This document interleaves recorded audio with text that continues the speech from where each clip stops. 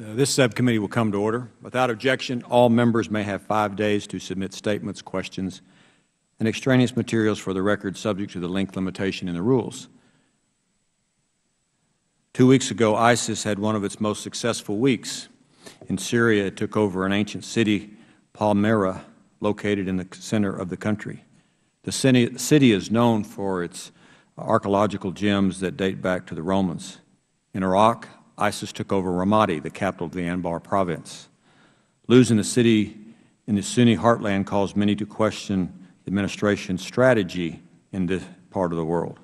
The Defense Secretary Ash Carter remarked that the Iraqi troops, quote, had lost the will to fight, end of quote.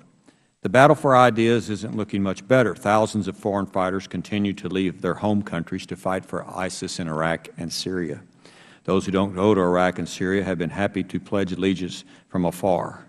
ISIS now has 10 networks outside of Iraq and Syria, 3 in Libya, 2 in Saudi Arabia, 1 each in the Sinai, Nigeria, Yemen, Algeria, and the Khorasan in Pakistan and Afghanistan. From pulling off 2 successful suicide bomber attacks in Saudi Arabia in as many weeks to taking advantage of the fall of the government in Yemen and the lawlessness in Libya, each of ISIS's 10 networks are getting stronger. They are not getting weaker. Terrorists now control more land than at any time since the end of World War II. In the midst of this struggle lies the State Department's Counter-terrorism Bureau. Originally set up as an office back in 1972 in response to the terrorist attack at the Olympic Games in Munich, Germany, it became its own bureau in 2012. The primary mission of the Bureau for Counterterrorism is to forge partnerships with non-state actors, multilateral organizations, and foreign governments to advance the counterterrorism objectives and national security of the United States. Under that broad mission, it has 5 principal responsibilities. 1, countering violent extremism. 2, capacity building. 3, counterterrorism diplomacy. 4, U.S. counterterrorism strategy and operations. And lastly, homeland security coordination. Even though the Bureau accepts the idea that it should be spending 3 to 5% of the program's resources on monitoring and evaluation, it has no way of tracking how much it actually is spending, so it can know if it is meeting that goal. Over the last 5 years, the Bureau has only completed 4 evaluations. Seems to me there needs to be doing a whole lot more.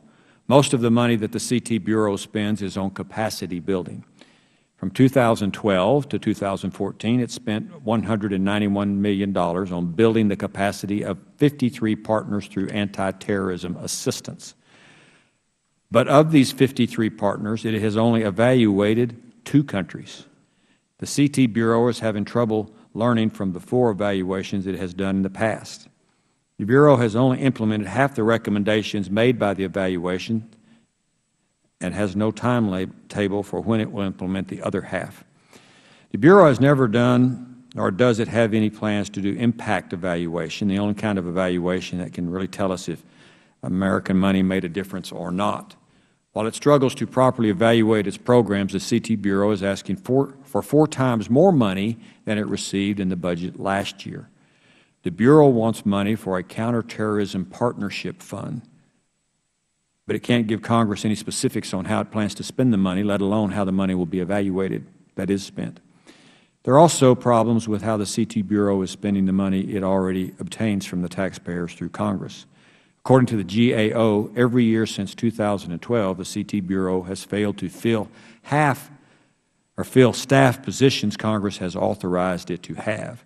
The vacancy rate on unfilled positions has hovered around 20% every year. But every year since 2012, the CT Bureau keeps asking Congress for more money to authorize more staff positions. Why should Congress grant this request when the Bureau cannot fill the positions Congress has already given it? Recently, the administration has started emphasizing the term preventing violent extremism, or PVE, more than countering violent extremism, or in the vernacular, CVE. PVE says that everything to women's right to education to health care is important to prevent violent extremism.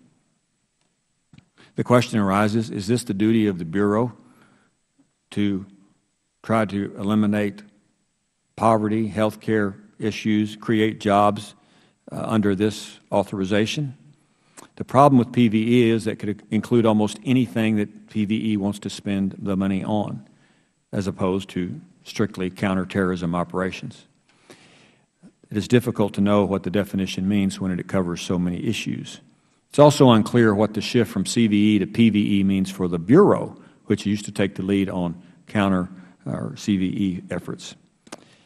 So in a time of limited resources and a terroristic threat that is increasing, we cannot afford to have squabbles over who's in charge or a questionable commitment of evaluating how we're spending American money. And that's the purpose of this hearing today, so we can get to the bottom of all of this. And I will yield to the ranking member, Mr. Keating.